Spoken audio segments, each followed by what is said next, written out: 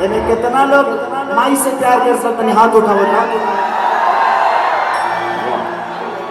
प्रेम से बोली सच्चे दरबार की।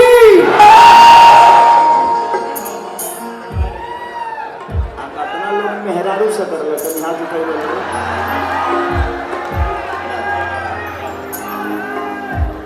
अपना मेहरारू से, पड़ोसी से ना। देखिए अपने अच्छे बताइए, आप लोग अपने बीवी से प्यार नहीं करते? माने माई से तो दुनिया में हर आदमी प्यार करेगा, लेकिन मेहरारुओं से प्यार करे के चाहिए।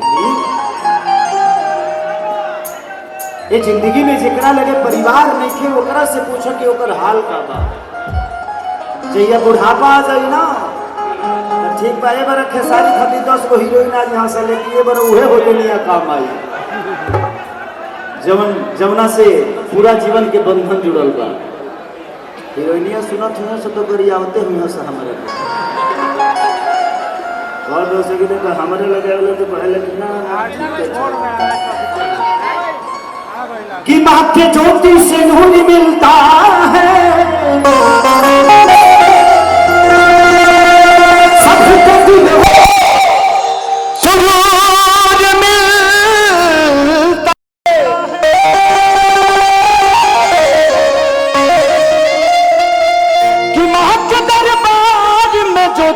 खाली। हाँ थोड़ा सा लेवल गेन कम करना, थोड़ा सा गेन।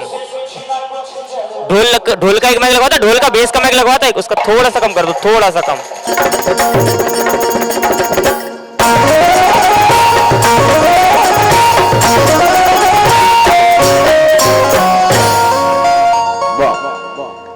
आई एगो दूगो भजन गाए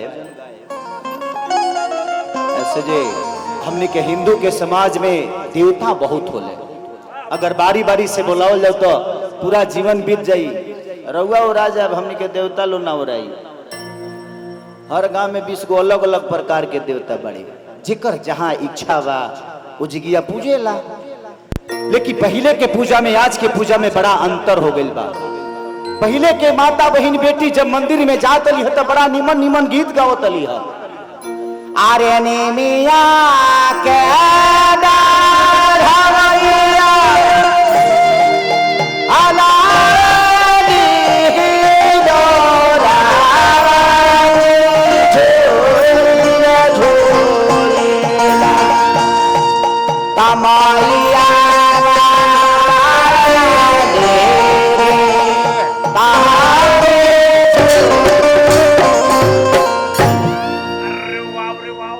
लेकिन आजकल के लड़की मॉडर्न हो गई बड़ी सौ, खाली सजा ले तरी सौ, जींस पैंट पहन ले तरी सौ, टी शर्ट पहन ले तरी सौ। आ दुर्गा जी के मंदिरिए के लेके जाके कहते से हेलो दुर्गा मॉम, अभी मैं जा रही एनिमल देखने, बाद में तेरे को आकर प्रणाम कर लूंगी। माइयो बुझे तरी की जब ना हिसाब से कर कपड़ा वही हिसाब से कर सरधो बा। लेकिन क्या करब, जमाना के हिसाब से परिवर्तन ही बदलाव है। हर आदमी अपने आप के बदलता है। हमारे बाबूजी पैंट शर्ट कब पहले ले तो चिन्हबे न कर, लेकिन मंगरू याद हो गए, लेकिन आदमी चिन्हता। लेकिन दिखाओ बाबू, हर किस्सा चलता रबाज भगती के बाहर, तब पूजैया होता है राजा।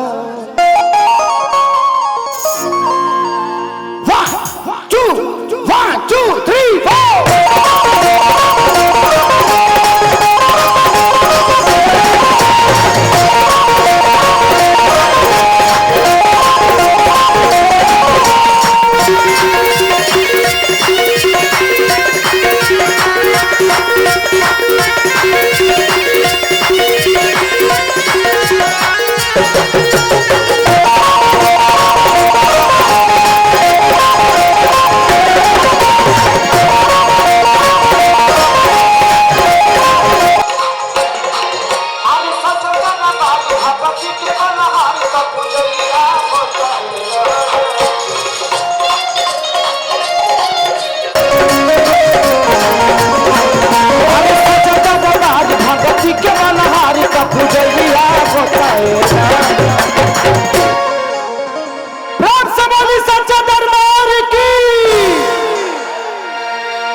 थोड़ा सा पीछे वाले लोगों को मैं देख कम पा रहा हूं, बट मुझे सुन पा रहा हूं आप साहब।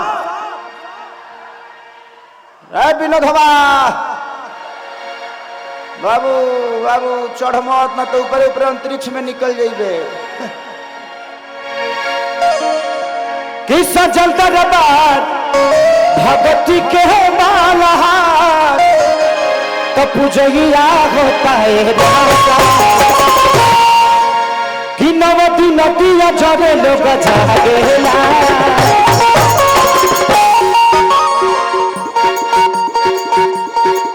माइके लागल बावे माइके लागल बावे माइके लागल बावे निमिया पछुलवा बंदन हाथ छोड़ छोड़ लाग।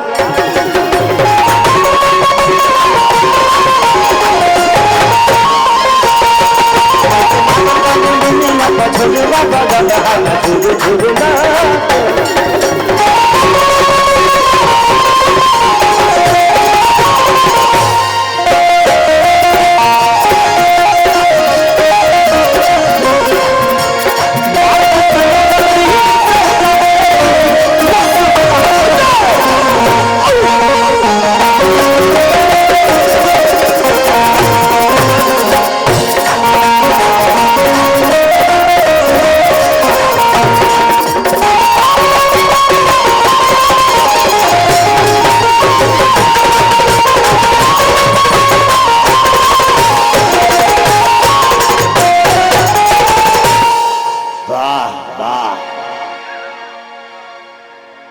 कि कल साधा जाइल बा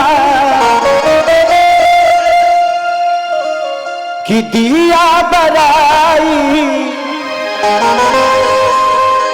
सभे बैठल आसान कि घर माई। राजन भैया यही बतिया के जब हमने के ब्यास लोग जो रामायण और महाभारत गाते हैं, हम भी पहले रामायण महाभारत गाते थे। वो तमाई के कृपा भइल भॉइस पर से रामायण में कोदनिया, रामायण में से डायरेक्ट स्टूडियो में। माई के कृपा रुआ सबके आशीर्वाद। एगो भैंस चरावे वाला आदमी, भैंस पर बैठे वाला आदमी फ्लाइट बाहर बेस बढ़ा लेना थोड़ा सा। मुझे बेस का प्रेशर नहीं आ रहा जो अभी आ रहा था पहले। हाँ देख लेना, अगर वो बजाते हैं बेस तो ठीक है, नहीं बजाते हैं तो कोई बात नहीं।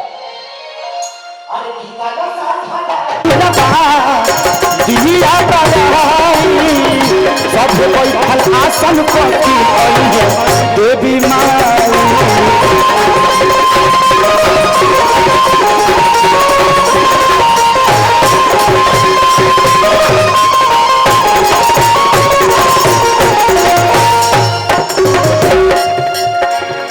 कलसा धराइल बा दिया बराई सब बैठल आसन की।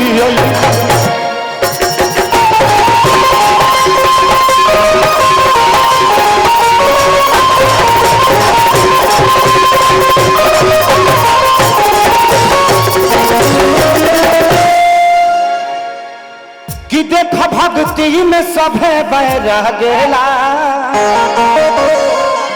प्रेम से बोली सच्चे दरबार की। देखिए आजकल संगीत बड़ा ऊपर हो गया है हम लोगों को। अब कि देख भक्ति में सभे बैरह गेला। माइके लागल बावे माइके लागल बावे माइके लागल बावे निमिया पे झुलुआ बंदा में हागा झुरु झुरु लागे।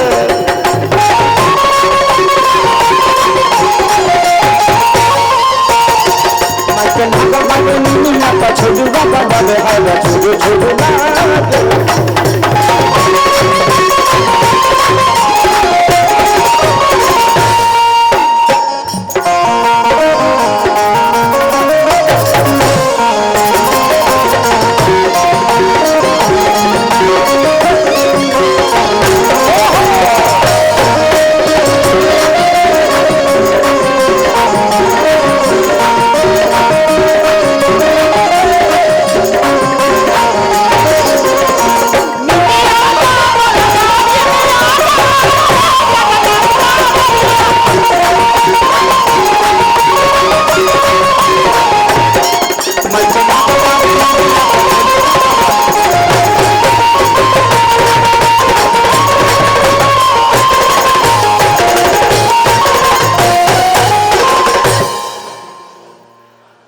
कि अकिल सीखे सारी पूजा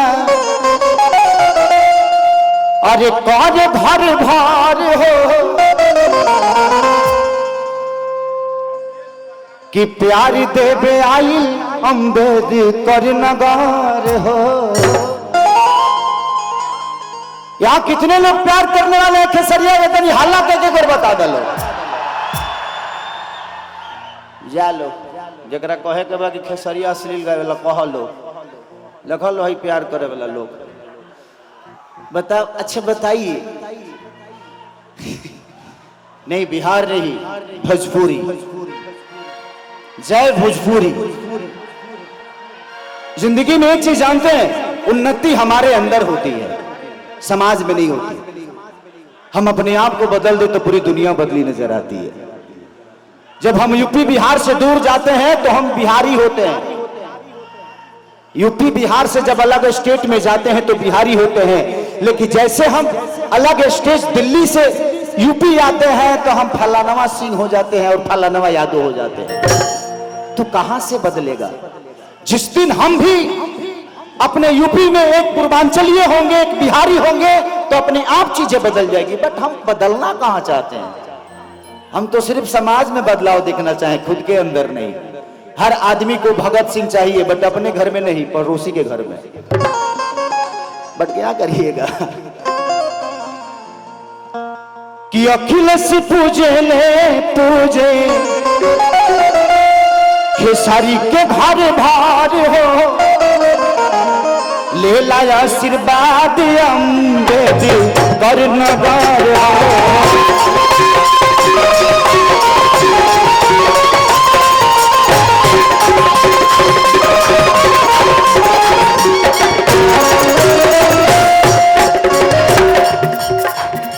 अखिलेश खेसारी पूजे पूजे घर भार ले लाया आशीर्वाद अम्बेडकर नगर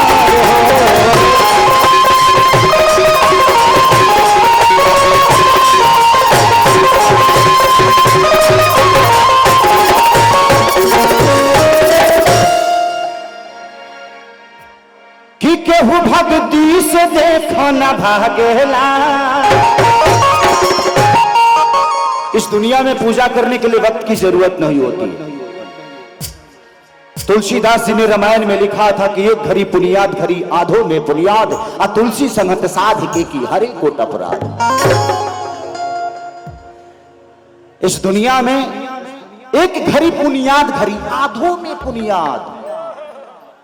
एक घड़ी जैसे सूत के उठल हरि राम हो बस वो दिल से होके के चाहिए कनेक्शन वहां से होके के चाहिए। इसलिए एक घड़ी पुनियाद घड़ी यादों में पुनियाद अतुलसी संगत साध के की हरे कोट अपराध। बट आजकल लोग सुतते उठते पहले मोबाइल देखा था खेसरिया क्या होगा गाना आई किनारे। तो जिंदगी में थोड़ा वक्त भगवान के लिए निकालिए कि देखा भक्ति में सभे बहरा गेला। माइके लागल बावे माइके लागल बावे माइके लागल बावे निमिया का झुलवा बंदा में हरा झुल झुल।